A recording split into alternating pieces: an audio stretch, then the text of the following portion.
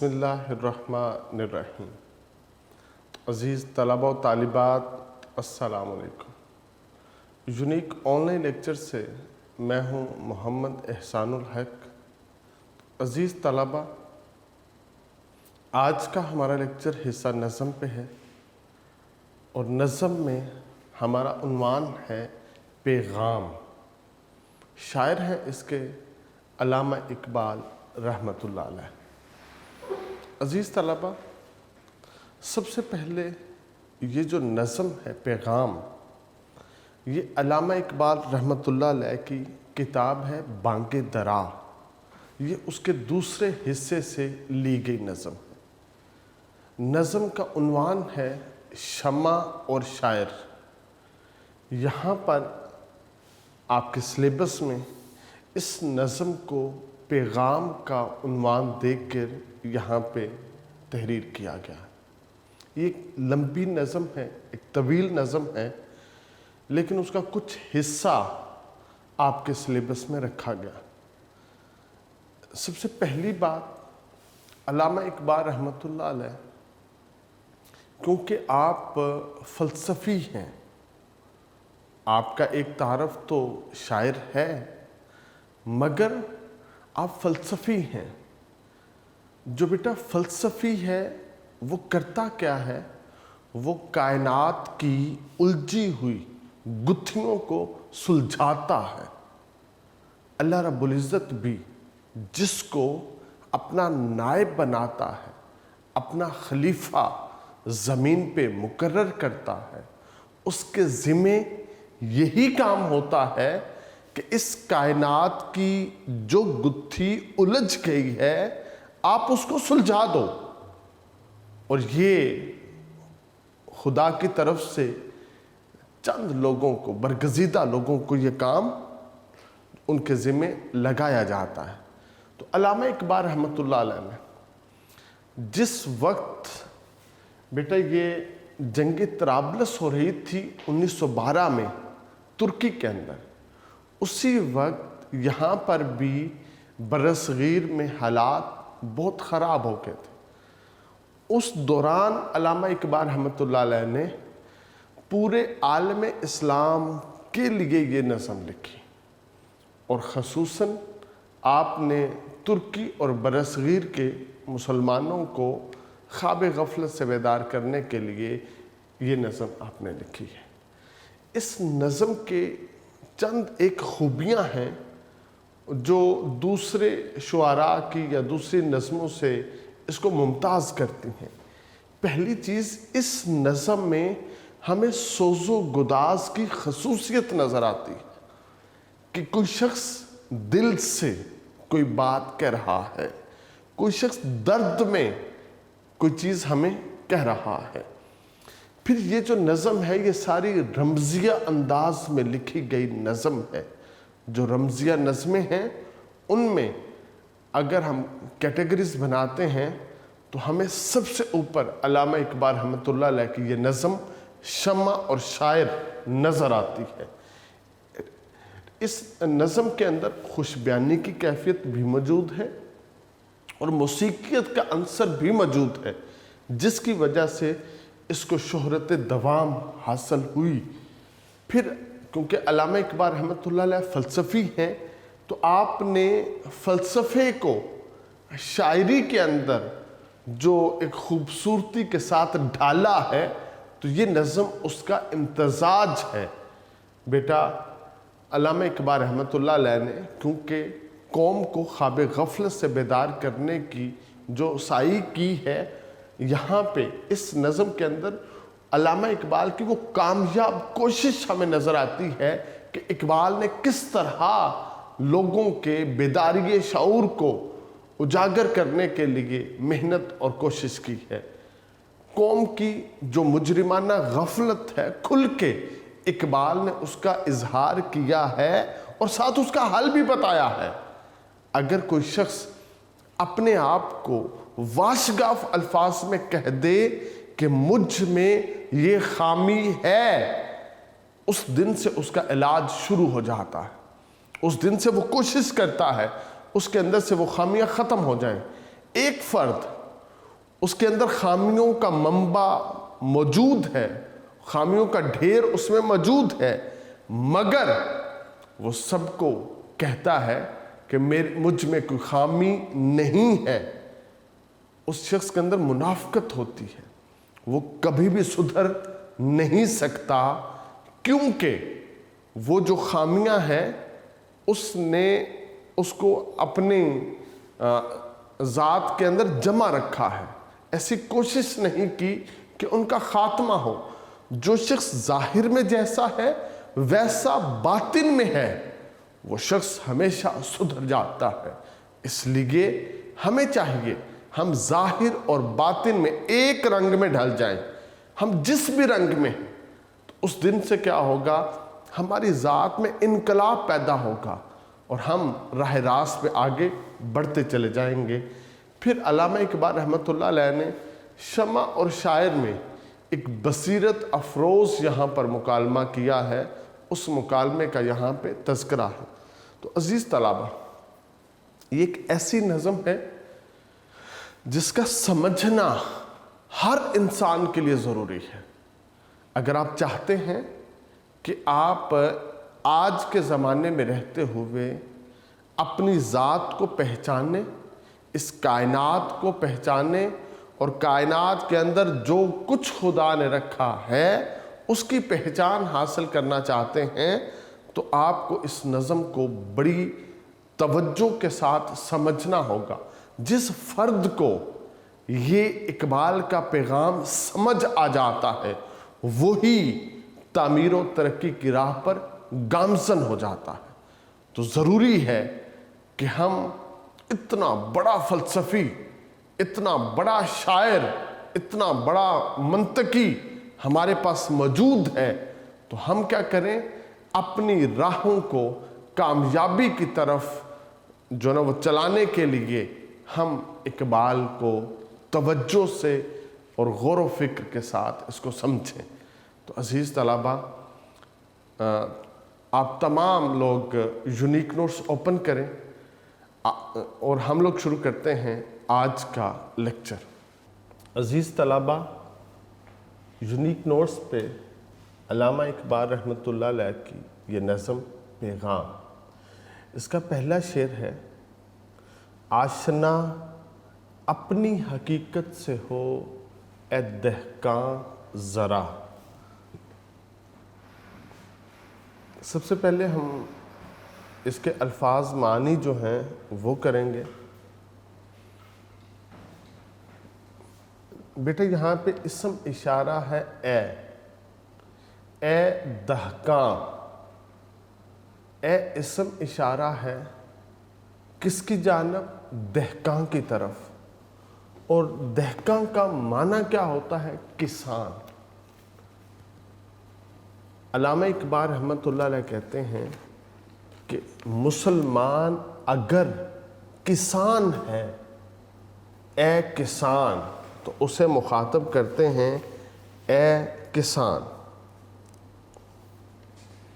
آشنا، اپنی پہچان حاصل کر لینا، یہ انتہائی ضروری ہے۔ جس کسی کو اپنی پہچان نصیب ہو جائے، اسے اپنی پہچان کا ادراک ہو جائے، تو پھر اسے پتہ چلے گا کہ اس کائنات میں اس کا مقام کیا ہے، اس کا مرتبہ کیا ہے، اس کی ذمہ داری کیا ہے۔ اللہ رب العزت نے بیٹا کسی چیز کو بنا حکمت کے نہیں پیدا کیا۔ ہر چیز کی پیدائش کا اللہ رب العزت نے ایک خاص مقصد مقرر کیا۔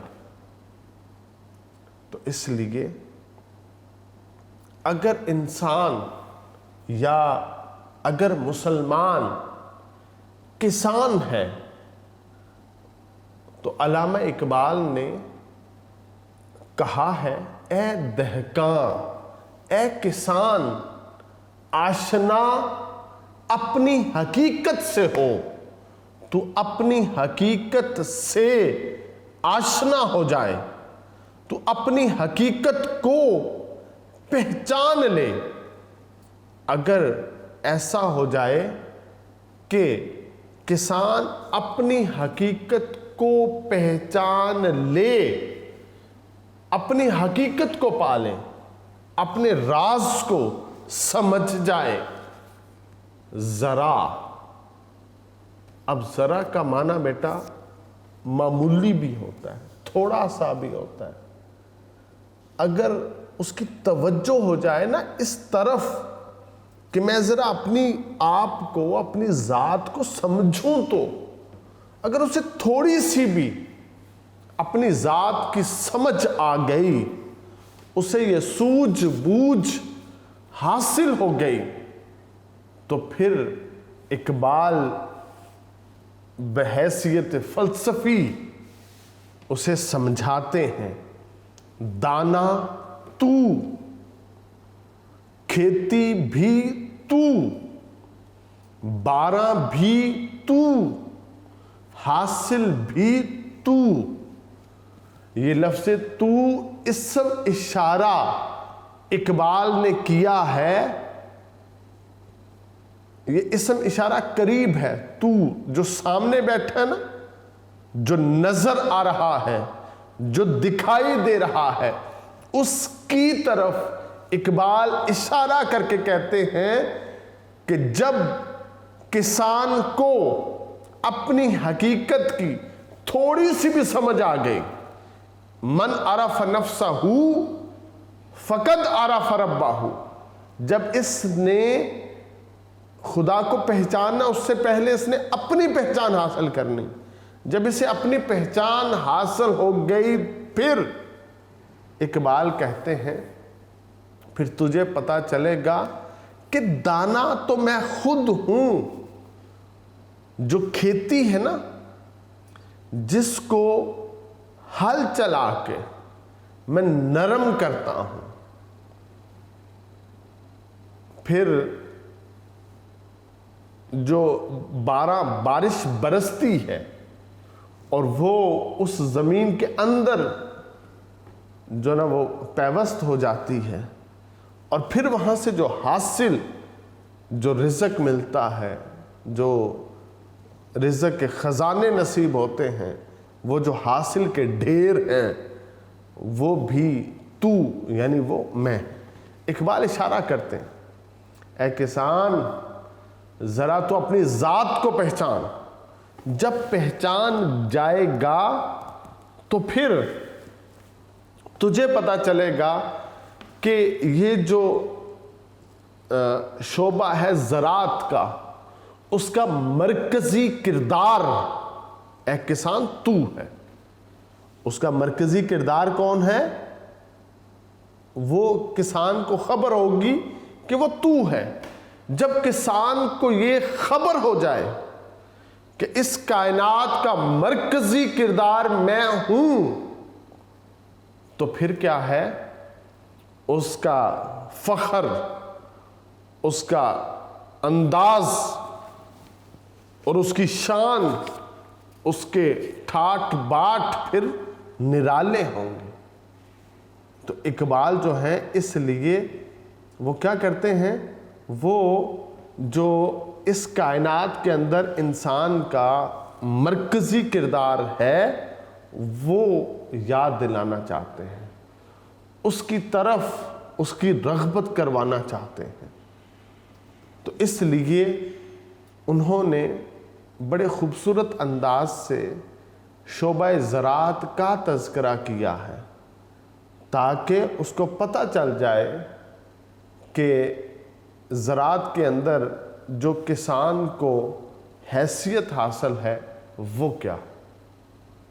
عزیز طلبہ، کسان کیا کرتا ہے؟ یہ اپنی چٹیل میدان کو، زمین کو یہ ہل چلا کے نرم کرتا ہے۔